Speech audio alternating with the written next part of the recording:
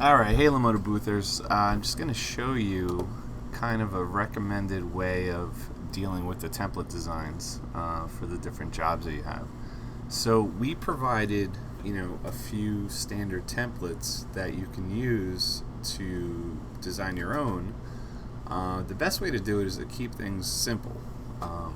Do maybe one, let's say here we have the a 3-up template.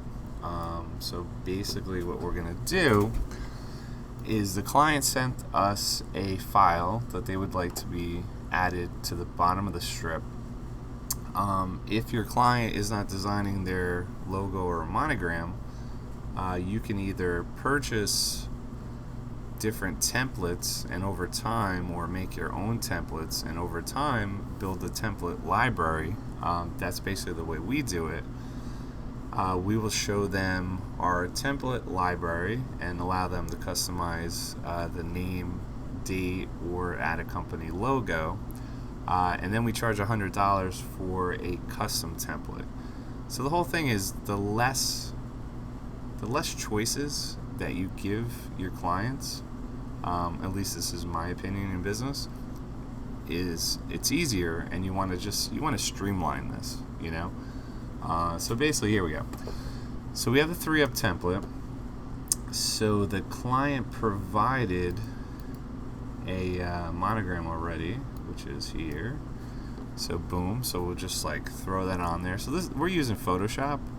You could use Elements even. You don't really even need Photoshop. So you just stick this down here. That's good to go. And one of the things that we do is because when you save this, where these windows are, so this is like your windows where the photos are going to be. So basically these numbers here are the numbers if you're doing this for the first time. We already have it set up for you. This is where you would type this information in if you're making the strip from scratch. This is the photo location. But the booths already come with this particular layout, but if you buy new templates and they have different names, you would have to plug this in there, and we could show this to you in a later video. Okay, so basically when we send this to the client, what we do is we just put in some photos, not that photo, just so when they see it, they kind of will get an idea what the strip is going to look like.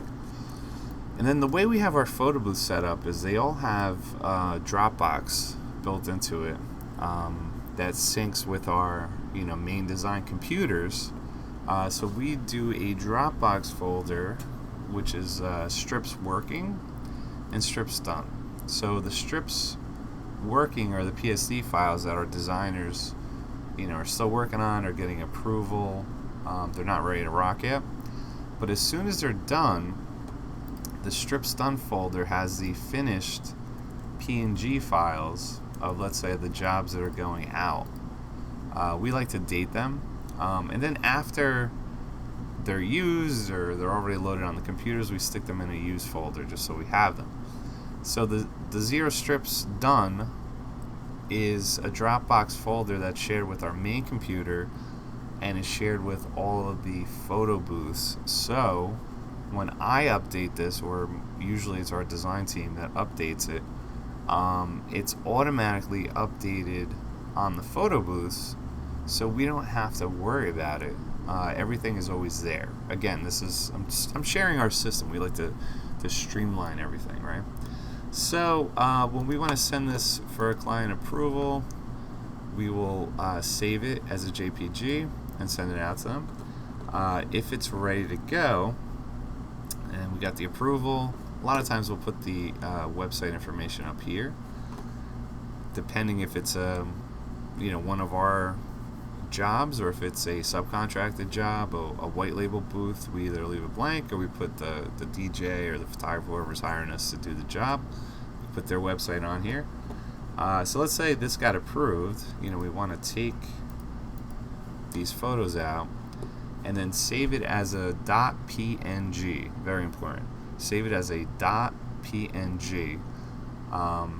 And then what we'll do is we'll fire up Darkroom booth and show you how easy it is to do this. Thank you very much, and we'll be back. All right, so here we are. We're logged into our photo booth number 2. Basically, what we do is we use a program called TeamViewer, and we're able to log in to our photo booths remotely. And what's nice about this method and this way of setting it up is it's kind of awkward sometimes to work on the photo booth. And also the way we do it, we currently have 4 booths in our rental unit, which is growing. And basically I can sit on my Mac or a PC, whatever, using this TeamViewer, and I can program my booths for the weekend remotely, or even if I'm in my studio, I could still do it in the comfort of my big 27-inch monitor. So anyway, so that's TeamViewer. You should check that out.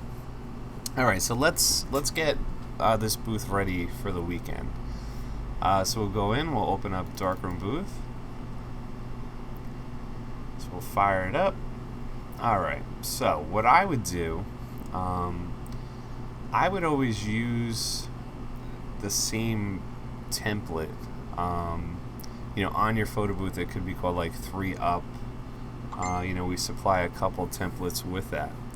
But once you start doing a lot of events, you can just go ahead and copy the template. Okay, so this is the way it works. So under booth events, you're going to want to duplicate the event and then rename it. So let's check out the date of the event is the 30th. Okay, so I usually like to name it the event date. So we'll do 6/30/17. Okay, so we just copied this event. Okay, so basically here we go. So we want to make sure and check your job info sheet, or how you detail everything and put it together. So basically the way I do it is I always have a sheet for every job. So for instance, we'll make a sheet kind of like this with the event date, the event location, the photo booth start time, end time, if it's unlimited prints or any kind of job notes, the client, and the attendant that is going to be running that event. And then because we have multiple booths, they're all numbered. So for instance, this is going to be booth 2. It's an open air. If it's a cube, we'll put cube here, the color of the background, what printer, what prop box, everything we have is labeled. If it's a subcontract job or a white label job, so if we're working for a DJ, we're not going to put out our cards. Basically, yeah, so we have one of these for every event, and we have a storage area that we're able to, where we keep everything. And then this stuff is displayed on a clipboard for the attendant and to pick up the proper booth and all. So if you're doing this yourself, I would recommend still doing it this way or similar. That way you keep track of everything. It's important. All right, so basically everything should be pretty much the same. If you're doing email, make sure the photo of the email is set up.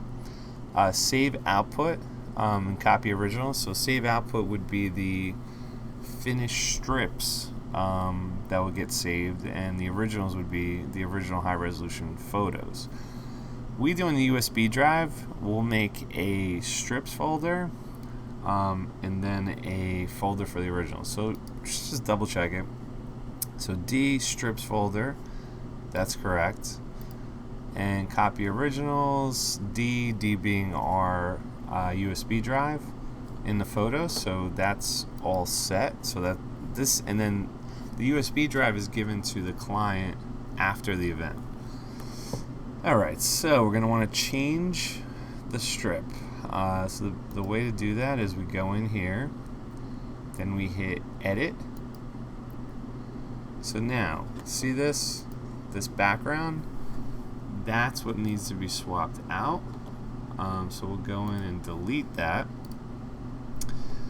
And then we do down here, add artwork.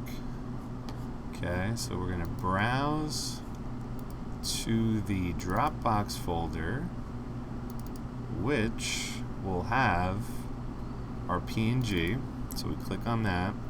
This is very important. You want to click this, use image alpha channel, PNG. You're going to want to do that.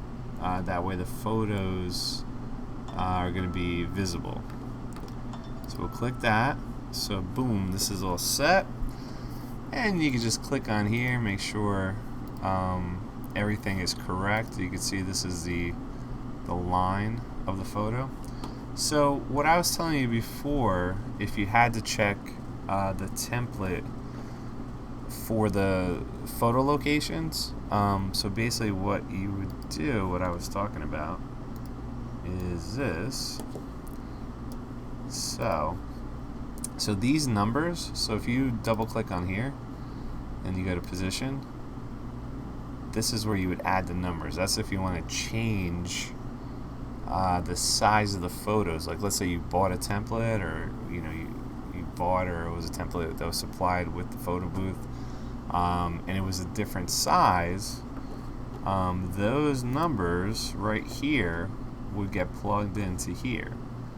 Say 550, 412, 25, 38 for this one, and then the next one would be this, and that's the numbers that get put in there. Okay. All right. So this is basically all set. Okay. So what you're gonna want to do here is you're gonna want to hit save as, because you don't want to just save it, because then it'll override the other file that was there. So you want to again name it. I like to name it the date. So save, choose. When you hit choose, make sure that it should automatically still be highlighted on the one you're just working on. So you hit choose, so bang. So this is like ready to go. And some of the things you might want to check to make sure, I don't know if you do custom screens, we tend to kind of keep it simple. But one of the things that changes, for us at least, is how many copies would you like? So no user prompt. So that means that this particular job didn't have the reprint feature. So you want to check that to make sure. So this job coming up will have it. So we like to prompt after the session.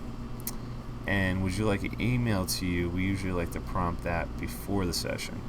So this is under text, and you just want to double check that because sometimes that changes job to job, and the rest of this stuff should all be the same. I would always check the camera just in case you had an outdoor job or something might have changed, so because our attendants aren't photographers, so sometimes if we have something set up, they get they panic. So we like to usually do f8 at 160, at 400. That's kind of like the setting, especially for the cube. That usually works really good. So this is all set. All right, thanks. This is the best way, I think, to change the strips.